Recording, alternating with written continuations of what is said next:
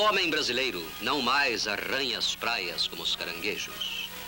Brasília, um polo magnético em Goiás, é afinal a resposta a essa crítica de 2 séculos. Brasil, para criança, estudante, adolescente dessa época, era no litoral, entrava um pouquinho lá em Minas e estamos conversando.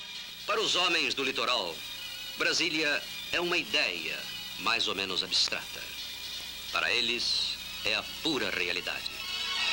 E isso feito por candangos, por operários que nunca tinham participado de construção civil.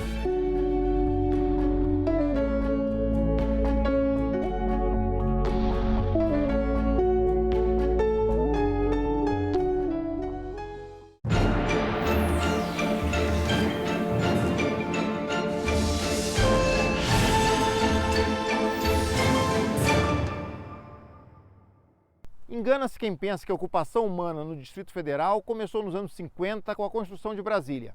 Quando se vem até aqui, ao sítio arqueológico Cachoeirinha, na região do Paranoá, se descobre vários vestígios líticos de que uma população já habitava essas terras há pelo menos 8.000 anos antes do presente.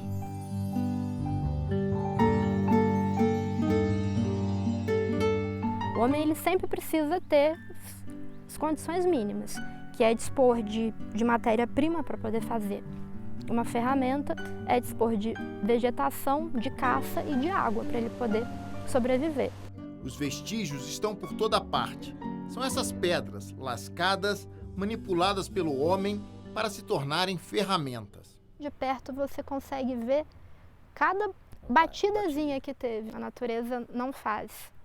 É a intenção humana. O homem ele queria fazer, então ele aplicou forças opostas para conseguir produzir. Em outros sítios, mesmo dessa mesma cultura, a gente também consegue achar enterramentos, consegue achar ossos. Aqui específico é que a gente não consegue. O solo aqui é ácido, então não teria como preservar. Se aqui se transformasse num sítio a céu aberto, um ecomuseu, as pessoas poderiam visitar, conhecer as estruturas, como é que esse homem viveu, porque logo você não vai ter nenhum espaço como esse, um sítio lítico preservado, ou qualquer sítio arqueológico. Vocês podem ver aqui que o adensamento populacional só está aumentando. Deste cerrado remotamente habitado, quem diria que surgiria uma cidade? A capital trazida para o meio do Cerrado de Goiás, onde só árvores retorcidas e muito barro vermelho. Um desatino, tirar as decisões políticas do Rio de Janeiro e trazer para cá, para esse fim de mundo, sem estrutura, sem habitantes. Quem é que teve essa ideia? No período já da independência, do processo de independência, José Bonifácio já discutia, aventava essa possibilidade de transferir a capital para o interior, no sentido de interiorizar a ocupação, de levar o progresso para o interior. Salvador, na Bahia, foi capital do Brasil até 1763. O Rio de Janeiro era a segunda capital do país, mas durante todo o século XIX, a ideia de retirar o poder político do litoral e além da voz de José Bonifácio. Preciso você ter realmente um respaldo político para fazer esse investimento, porque não é um investimento simples, não se trata somente da construção da cidade. O diplomata Francisco Adolfo de Van Hagen foi além dos teóricos da mudança. Ele resolveu ir até os confins do Brasil, em Lombo de Burro, ver aonde poderia ser instalada essa nova capital. Se a nossa missão for só conservarmos íntegro o território que era de nossos pais e melhorá-lo quanto possível, a capital num lugar forte e central é a melhor.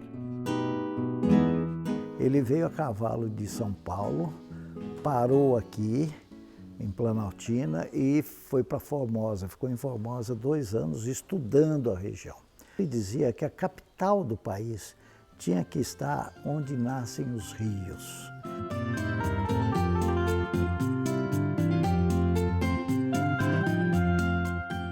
O Império nunca se moveu para tirar a corte do Rio de Janeiro e nem para se aproximar da província de Goiás. Nem mesmo depois que, na Itália, o padre fundador da Ordem dos Salesianos teve uma premonição com aquelas terras. Dom Bosco teve um sonho na noite do dia 30 de agosto de 1883.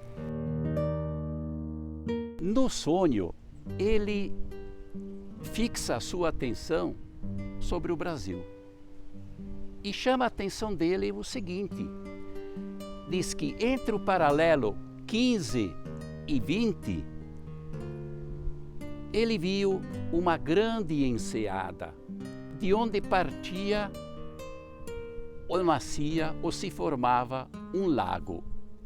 E ele acrescenta: quando começarem a explorar esse planalto, vão aparecer riquezas que vocês não imaginam. Surgirá uma nova civilização, correrá leite e mel. O represamento dessa torrente irá formar o lago da visão profética de São João Bosco, com a fabulosa massa líquida de 600 milhões de metros cúbicos.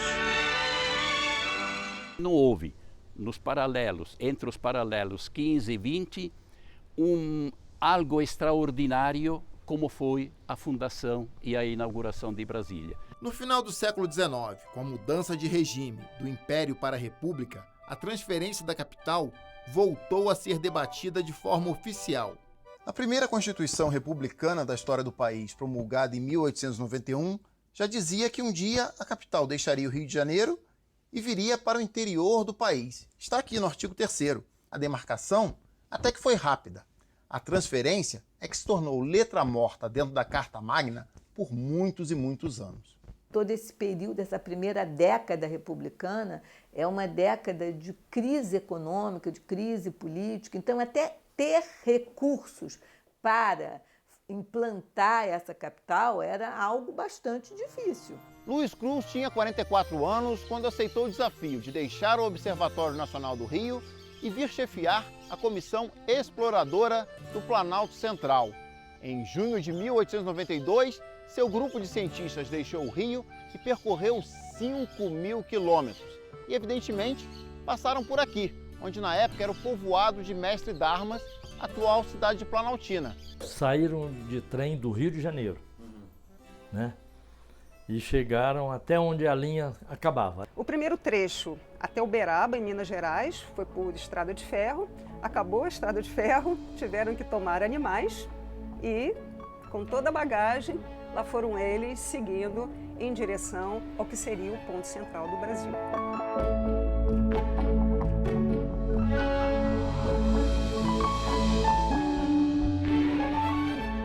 Quando chegou em Pirenópolis, o Cruz, a primeira preocupação foi medir a altura do Pico dos Pirineus.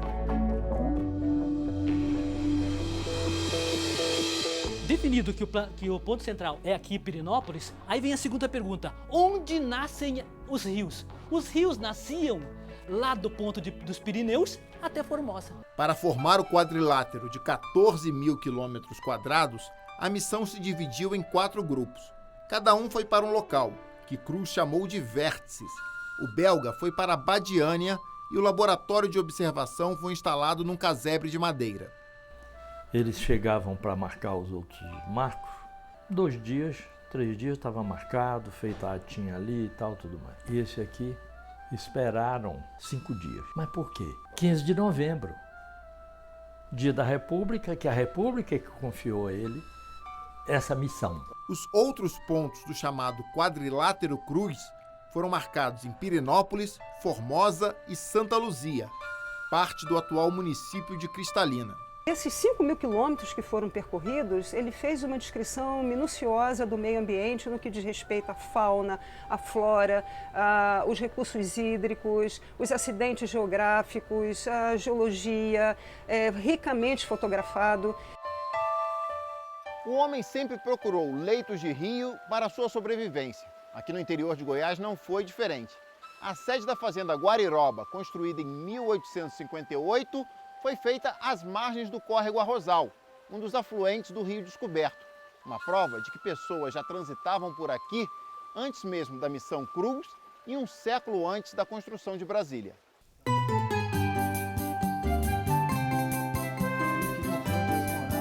A família do Guilherme é proprietária deste terreno desde os anos 60. Hoje é fácil chegar até a fazenda. No século XIX, certamente, quem vivia aqui estava muito mais isolado. Aqui, a Fazenda Gariroba, ela está a cerca de 70 quilômetros de Lusiânia, 50 e poucos de Corumbá de Goiás, quase 90 e poucos de Planaltina, que eram as cidades que existiam naquela época, né? Isso a cavalo, que era como se andava naquela época, eram 2, 3 dias de cavalo. Este território já era vazado por estradas. O pessoal que vinha da Bahia, o pessoal que vinha de Minas Gerais, do Rio de Janeiro, passava por aqui para ir para Cuiabá. Quando a Comissão Exploradora do Planalto Central chega aqui, eles encontram uma região cheia de fazendas. E entre tantas fazendas, qual seria, dentro do quadrilátero Cruz, o melhor lugar para se construir a capital? O relatório foi apreciado e imediatamente aprovado e encomendado uma outra expedição, que agora seria a expedição de implantação da capital, de estudos da nova capital. Naquele quadrilátero central, que foi demarcado, escolher o lugar onde seria a capital. Então, para isso, teriam que levantar aspectos mais específicos do clima, da disponibilidade de água, das elevações.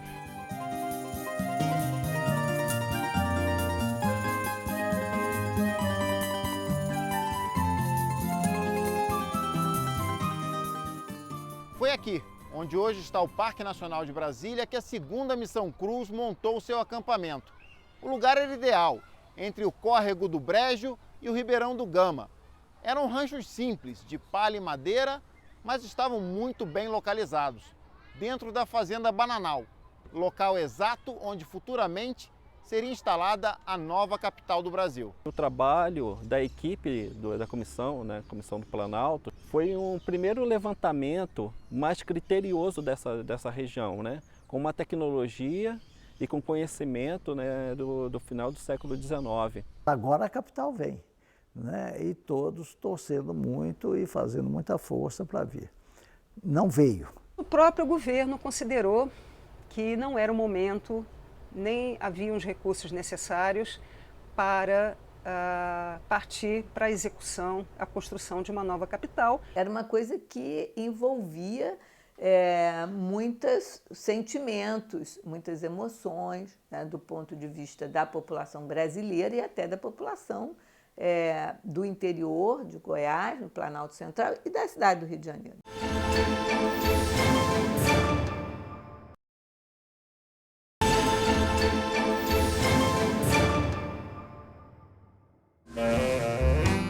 Planaltina, Distrito Federal.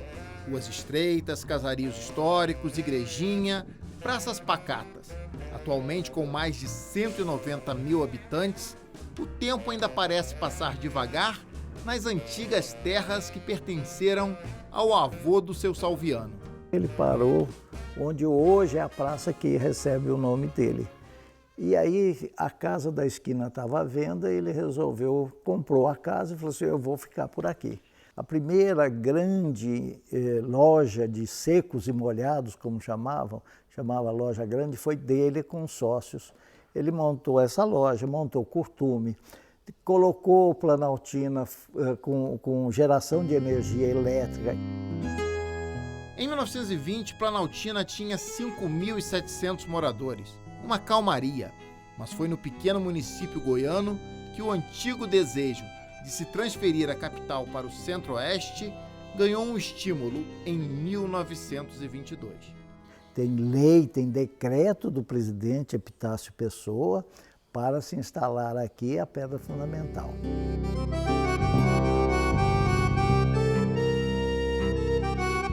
Ali é para comemorar, lembrar, marcar o centenário da independência, E foi também um momento de dizer o seguinte, e aí, quando é que vem para cá? O que hoje parece fácil, colocar um marco em cima de um morro, em 1922 foi uma missão que quase sepultou de vez a vinda da capital para o Planalto Central. Toda a empreitada foi conduzida pelo diretor da Estrada de Ferro Goiás, localizada aí em Araguari, Minas Gerais, né? Ele era o engenheiro Balduino Ernesto de Almeida. O Balduino ele recebe essa ordem, né, no dia 27 de agosto de 1922. Tinha 10 dias para se organizar, construir o marco e definir o local e transportar o marco até aqui. De Araguari, Balduino partiu de trem até Ipameri, em Goiás, a última estação ferroviária do Brasil, com 33 pedras pesando 4 toneladas para montar o obelisco e uma placa de bronze. O problema era chegar ao quadrilátero Cruz. Sorte que o avô do seu Salviano tinha aberto uma estrada. Porque em 1922, por aí, ele comprou um Fordzinho e para trazer o Fordzinho ele abriu a estrada. O jornal A Noite foi o único a noticiar o fato para o Rio de Janeiro, destacando que foi um verdadeiro heroísmo do Dr. Balduino assentar a pedra no dia marcado. E é inaugurado, então, conforme o decreto determinava, ao meio-dia do 7 de setembro de 1922. A epopeia do obelisco influenciou um sonhador. 7 anos depois, o escritor Teodoro de Almeida desenhou a primeira planta de como poderia ser Brasília. Esse plano, proposto, portanto, nesse período, no final da década de 20, ele vai exaltar os elementos republicanos, né? Nomes de cientistas, nomes de autoridades, nomes de políticos da República. O projeto Teodoro Figueira de Almeida, ele ainda tem uma particularidade. Ele deixa uma rua sem nome para homenagear o presidente da República que construísse o seu projeto. Naquela época, nenhum presidente quis construir a cidade, mas as esperanças de transferência viviam afloradas em quem morava no interior de Goiás. No governo Gaspar Dutra, uma comissão sob a chefia do general Poli Coelho fez expedições ao sertão goiano. Nessas 3 vezes que ele vem, é um alvoroço enorme. Eu era muito garoto, mas eu me lembro dos movimentos quando o general chegava de avião. Nem Bonifácio, nem Dom Bosco, nem Cruz, nem Poli Coelho conseguiram tanto sucesso quanto Antônio Soares Neto, o Toniquinho. Em 1955, ele fez uma pergunta que mudou a história do Brasil. Em 2010, anos antes de seu falecimento, o Repórter Brasil encontrou-se com ele na cidade goiana de Jataí. Foi no dia 4 de abril de 1955.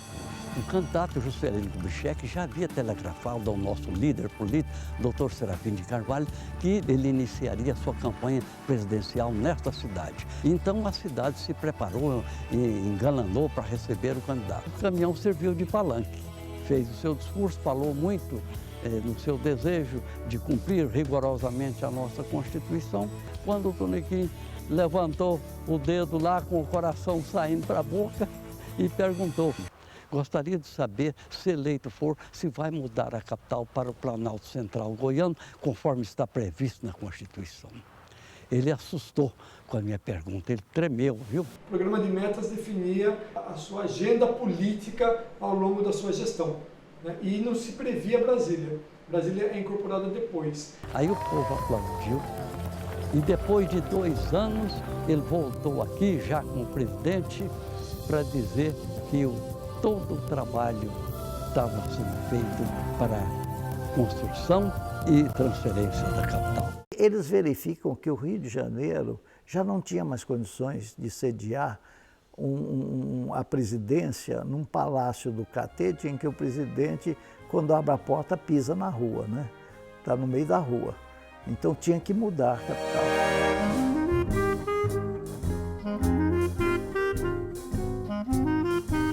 Ainda em 1956, um edital abriu concurso para a escolha do plano piloto. E o vencedor foi o arquiteto Lúcio Costa, o mesmo que já tinha projetado o prédio do Ministério da Educação no Rio e as obras da Pampulha em Belo Horizonte. Ele tomou a iniciativa de se inscrever no concurso depois que ele já tinha mais ou menos uma pré-ideia na cabeça.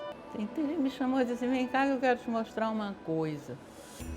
Aí eu fui ver o que ele ia me mostrar. A coisa que ele me mostrou era Brasília. Foi a primeira pessoa que soube que como Brasília ia ser, pode.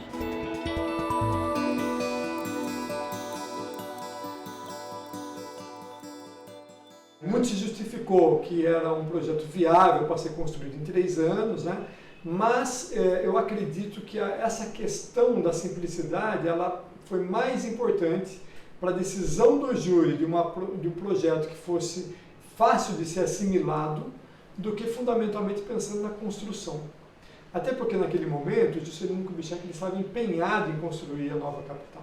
Fosse ela uma solução complexa ou fosse ela uma situação simples. Logo que depois do concurso, né, que ele procurou, teve com o Juscelino e sugeriu ao Juscelino que ele só fizesse primeiro a metade da cidade, entende? Faz só um pedaço, depois faz o resto. E o Juscelino disse, Deus me livre, de maneira nenhuma.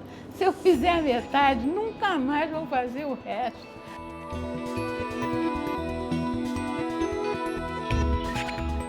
A cidade planejada por Lúcio Costa, que vence o concurso em 57, ela é uma cidade que atendia a um edital. Previa uma população máxima de 500 mil habitantes. Uma cidade de 500 mil habitantes, naquele momento, representava uma cidade de grandes dimensões, na década de 50. A construção de Brasília era o elemento que mais se destacava. E isso justificava, então, um combate muito grande a esses gastos enormes, a esse processo inflacionário, né, e essa herança que vai ficar, né?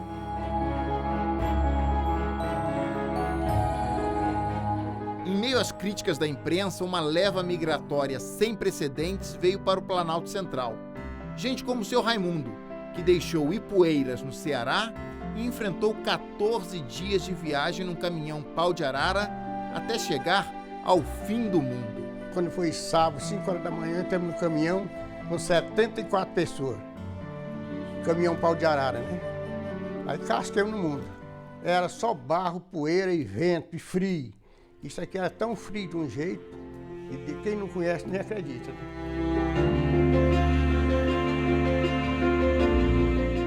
E aí chegamos na cidade chamada Cidade Livre, que hoje é o Bandeirante. Só tinha barraco de madeira e era pouco, né? Não é grande igual é hoje, não, né? Gente como o seu Alfeu, contador, que veio de Anápolis, em Goiás, para verificar se Juscelino estava com razão. Gente, vamos construir Brasília. Falei, vamos dar força lá para o Juscelino. O pessoal está motivado com a nova construção, a nova capital. E eu resolvi vir aqui. O trabalho é realmente intenso e entusiástico. Reina por toda parte a mais contagiante vibração cívica. Técnicos e trabalhadores exultam na certeza de que estão ajudando a construir um Brasil maior.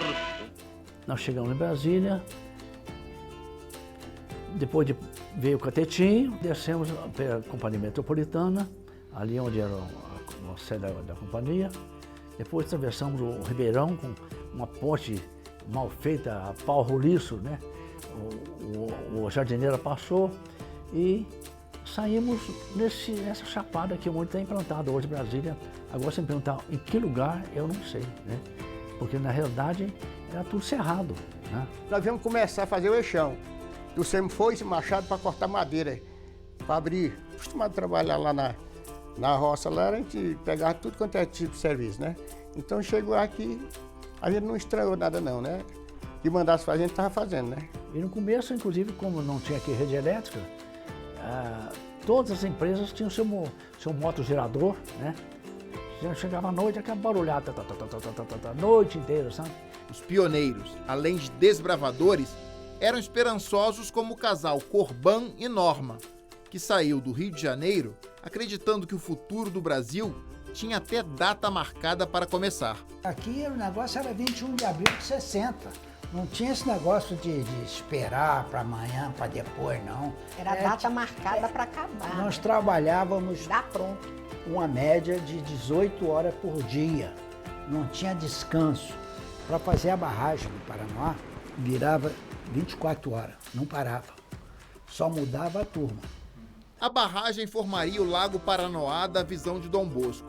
O represamento dos rios, como já previa a Comissão Krugos, foi outro episódio inesquecível para quem estava aqui naquela época. Era estreitinho, quase só na margem da água mesmo do rio, sabe?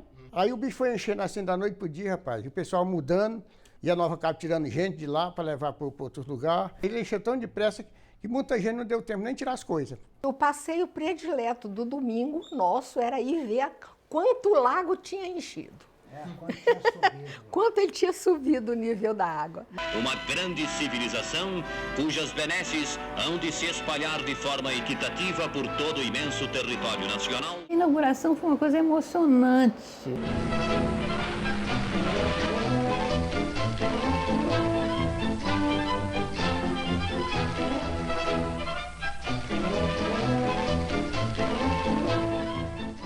Meu pai não foi à inauguração de Brasília.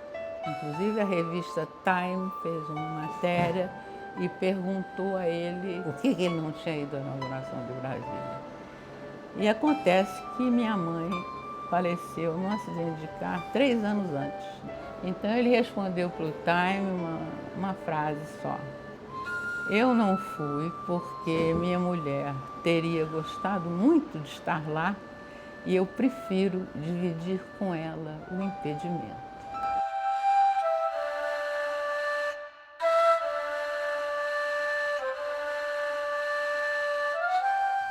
A minha mulher fica danada comigo porque eu não participei da inauguração de Brasília. Sabe por quê? Eu estava terrivelmente cansado, quase que doente, porque eu trabalhava muito. Naquela época, para a inauguração de Brasília, a gente trabalhava demais.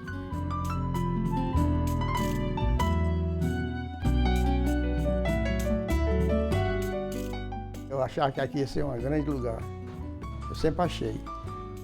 Né? Porque eu via o pessoal trabalhando, era correndo, era de noite mesmo. E eu me sinto duplamente privilegiado de morar aqui e de ter participado, mesmo como garoto, mas participado pelo menos com a minha torcida, com a minha vontade de que tudo desse certo, participado da construção dessa cidade.